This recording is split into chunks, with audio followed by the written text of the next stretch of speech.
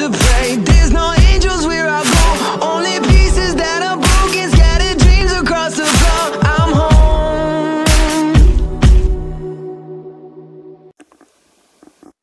Alrighty then. Hello everyone. This is Kiru Show here. And I finally figured out what was wrong with my recording. I kept trying to record everything, and I was wondering why there was no sound to it. I realized my mic was muted, which basically meant I was not talking. Well, I figured that it was something wrong, or my audio didn't pick up correctly. No, my mic was muted, and I felt really stupid. But on the plus side, I got some actual good sleep. I woke up in my room very cold, though, at 10 in the morning. Now, when we last left off, Deku had just beaten Todoroki. So, Ibarra versus Ida. This fight would actually go differently, with her fighting back and actually bringing up fines, trying to trip and surround Ida all throughout the ring. With this initiative, she would have actually beaten Ida. She would have tried getting Ida to trip or fall, but she would have gotten one of her vines actually tangled up in his engines, which is not good for Ida. Now, she would have actually won. Now, Yui versus Tokoyami. She would do something similar, but she would actually, or not similar, she wasn't in this at all. She would actually just fight against him, and she would, anytime she would make contact with Dark Shadow, I don't know if she can shrink it, but technically, since it's, well, actually, it's considered a living being, but it's basically just a shadow, so there's a loophole there. Let's say she can't shrink Dark Shadow, but she would just put her hand down against the ring and actually just shrink one of the tiles. And as soon as she would throw it, she would enlarge it to about the size of a regular wall, somewhat making Tokoyami either have to break through it or try and dodge it. Dark Shadow would have gone to try and break through it, as he would have tried to dodge it, but after doing so, she would have been able to knock him out of the ring. Now then, she would win. Bakugo against Kirishima. Bakugo would win after him and Kirishima getting into a struggle.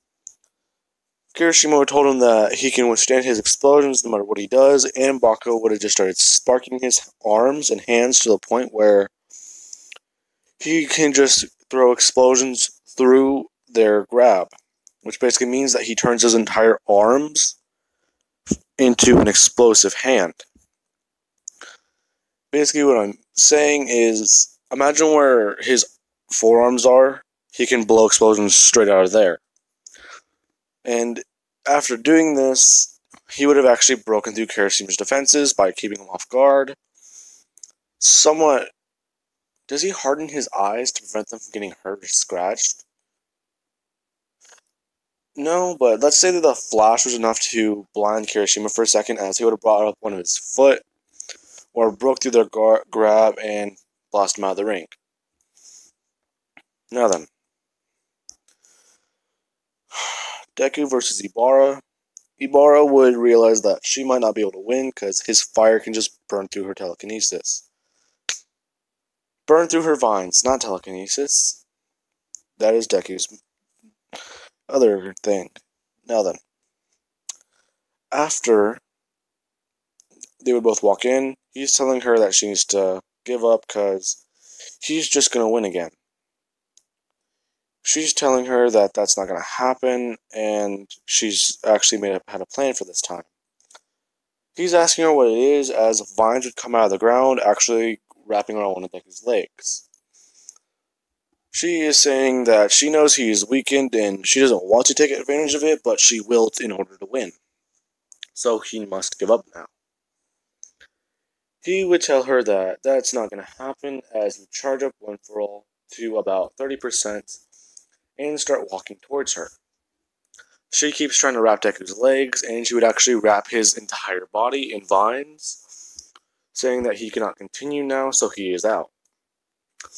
He would just keep walking through, and he would then throw fire towards her as she would put up her defense. As soon as she puts this up, she's actually being forced backwards, because she has to take a step backwards and put up a bigger line of defense.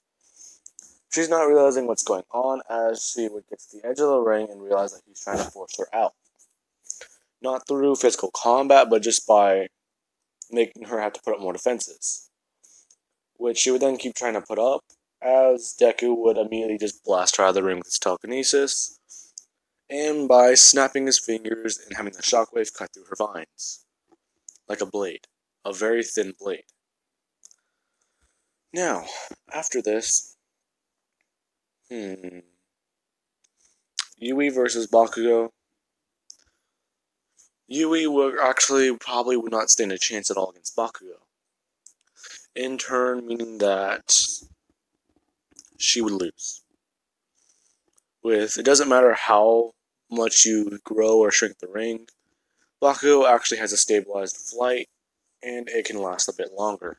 Or it can actually last more than it should in canon. Now then,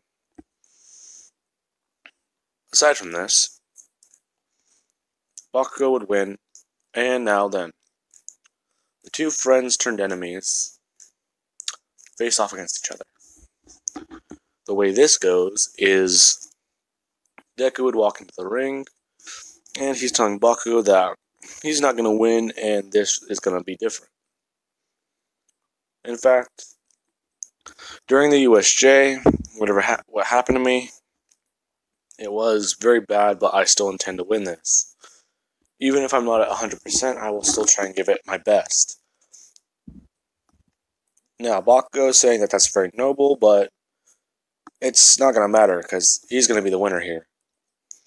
Just because you're my friend doesn't mean I'm going to hold back on you. And Bakugo would immediately begin charging at Deku by charging an explosion in his foot and actually letting it out. Now then, as soon as this would happen, Deku would rush at Bakugo, and these two would get an immediate punch-off. Deku is actually not using One For All at this point, because he needs to save it for whenever he realizes that he might need it. Thinking that he can handle Bakugo without using it, and after getting it, he was kind of above Bakugo. Even then, he might just need to use it he just needs to use it as a lower percentage. So he would actually charge it up to about 5% using it. This would actually be the only thing giving Deku the edge in the fight, as Bakugo would just get more and more creative with his explosions, actually telling Deku, hang on guys, I will be right back. Okay, sorry about that. Now then, I forget sometimes that these are these are recordings, not actual conversations. And that is why I usually say be right back, right before I cut recording. Now then, Bakugo would tell Deku that this does not matter, and he is still going to win, as he would just keep powering through, causing Deku to actually put more strain on his body, charging him up to 10 to around 20%. Bakugo is saying that he's done enough physical training to keep up with him, but he started training his quirk better, if not even more, as he would then show Deku a technique he has. He would try throwing as many explosions as he can, and he would actually charge an explosion in between his hands by putting them together. Like, he's going to clap his hands, but he would immediately open them in a spiderweb-like pattern. Basically meaning that he would have his hands, like he's about to put them down together put his hands together, but he just has them spread out. He would immediately just release an explosion like that and actually force it towards Deku. Now this actually almost blasts him out of the ring, as he's saying that he still needs to work on the drawback. So he's essentially firing a shotgun. Or he just called that his shotgun blast. You wouldn't call it AP shot, because this is basically a more advanced version of it. And he would also show Deku another thing he's learned, which is if he keeps the burn on in his feet, he can actually charge up more powerful explosions. So he'd keep the burn on in his hands and in his feet, and he's just flying around him trying to shoot him with AP shots. As Deku would charge up to 50% and actually smash his hands together. This would strain his body a bit more as Bakugo would begin falling out of the air. As soon as Bakugo would fall out of the air, he's aiming for the ring and towards Midoriya.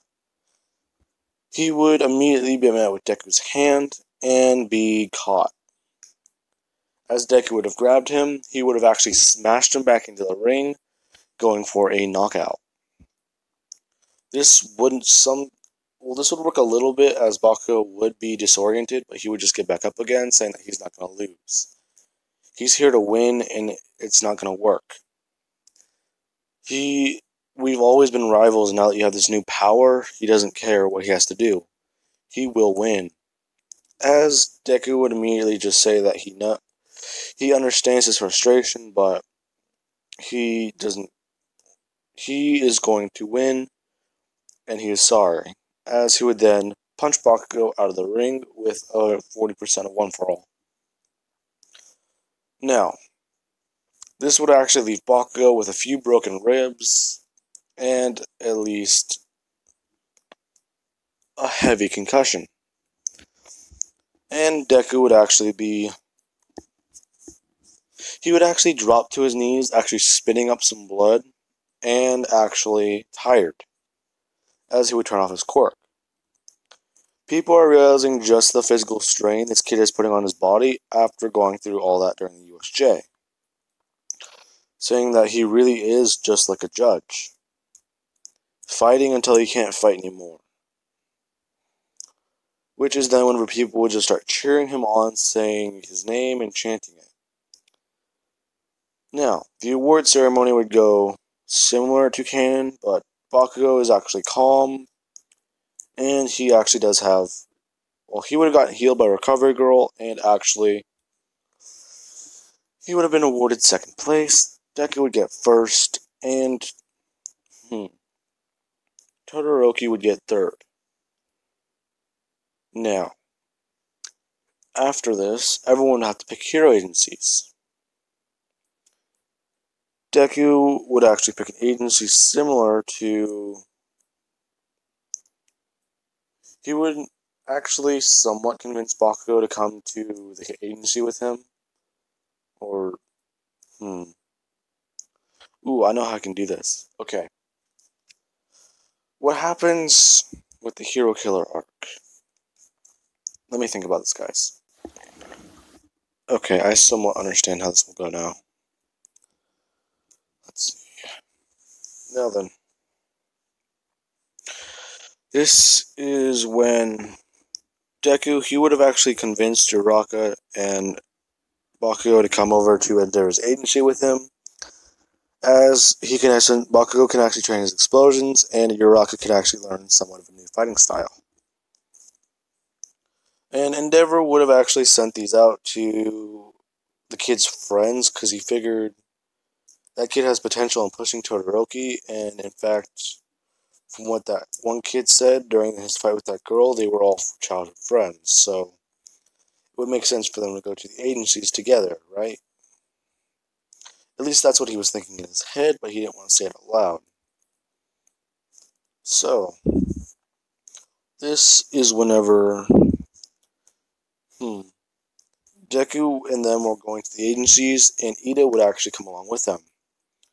Because since room is limited in the cities, and the mega blocks take up a lot of the different things, a lot of different hero agencies are actually together in mega blocks.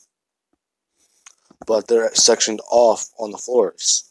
So floors 46 through 65 can be an entire agency in its own entirety, because of how big and spacious these are.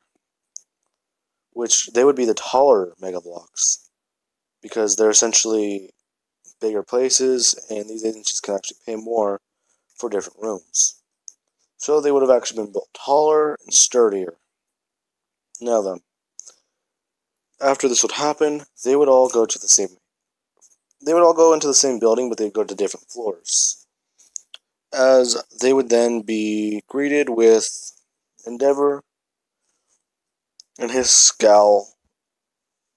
They would then be told that they are going to be going on patrol because they are going to be trying to capture the hero killer along with another vicious monster. Or, no, I shouldn't introduce that now. Not that. It's too soon. Now then. Deku, let me retcon that. They would only have to catch the hero killer. I was going to introduce the alien now, but it's a bit too soon. Now, this is whenever Deku, Bakugo, and Uraka would actually all go with Endeavor along with Todoroki. Now then, they would go with him. They would then be... Ugh, god dang. Brain, stop stumping on everything. They would go with Endeavor, and they would actually learn a bit more about martial arts from another hero Endeavor actually has employed, or another hero in the Mega Block who just actually trains with Endeavor, or would try to, with his ego being so disproportionate.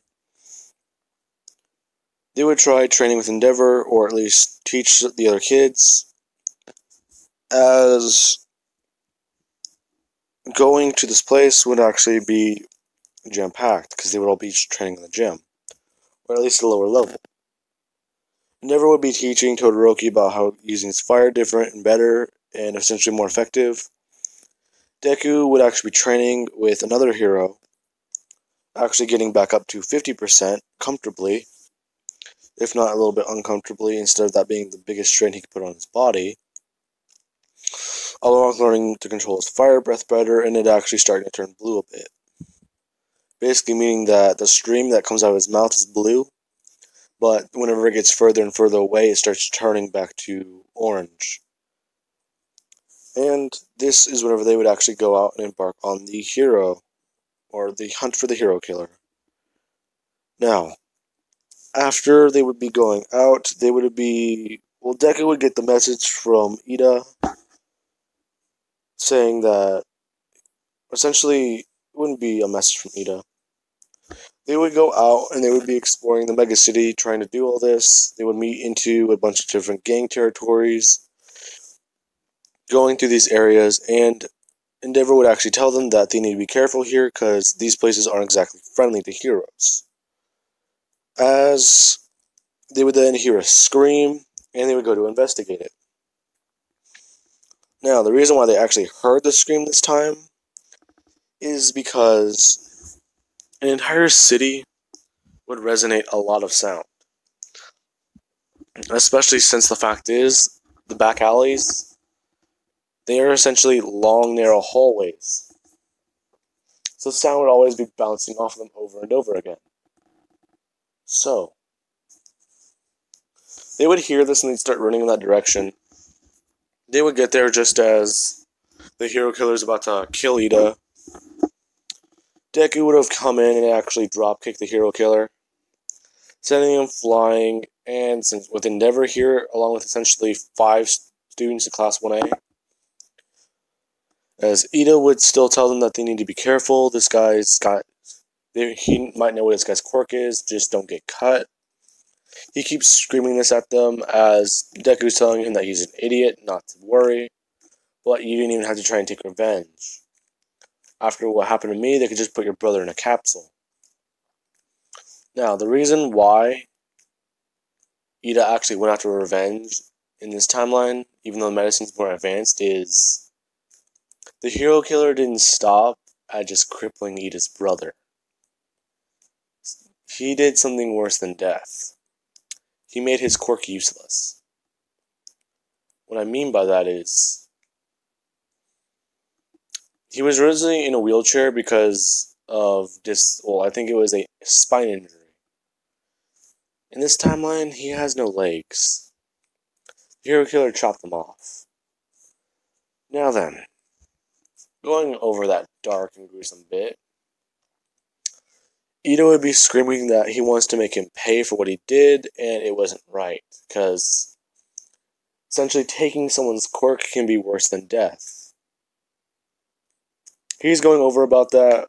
Endeavor's just trying to resist his urge to burn Ida alive, because not only is it stupid, but it's somewhat irritating to hear him scream about this over and over again.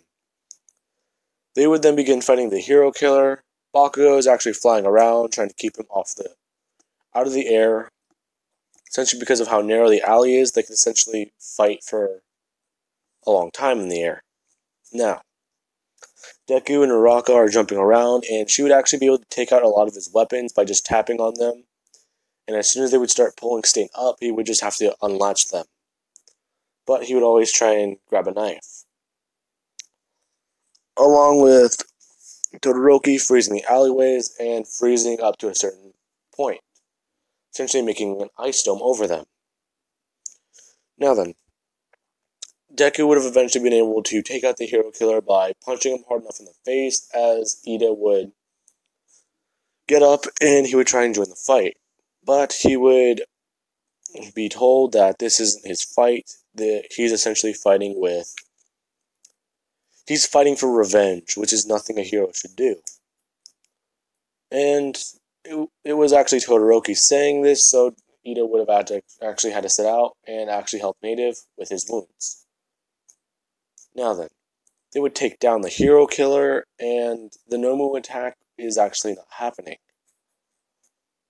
because too many heroes are crowded around in the city, so they would just immediately be stopped. So Shigaraki actually would not have to do that. Now then, this is where I'm going to be leaving off, guys, and I will cover the final exams in the next part. I will catch you guys later.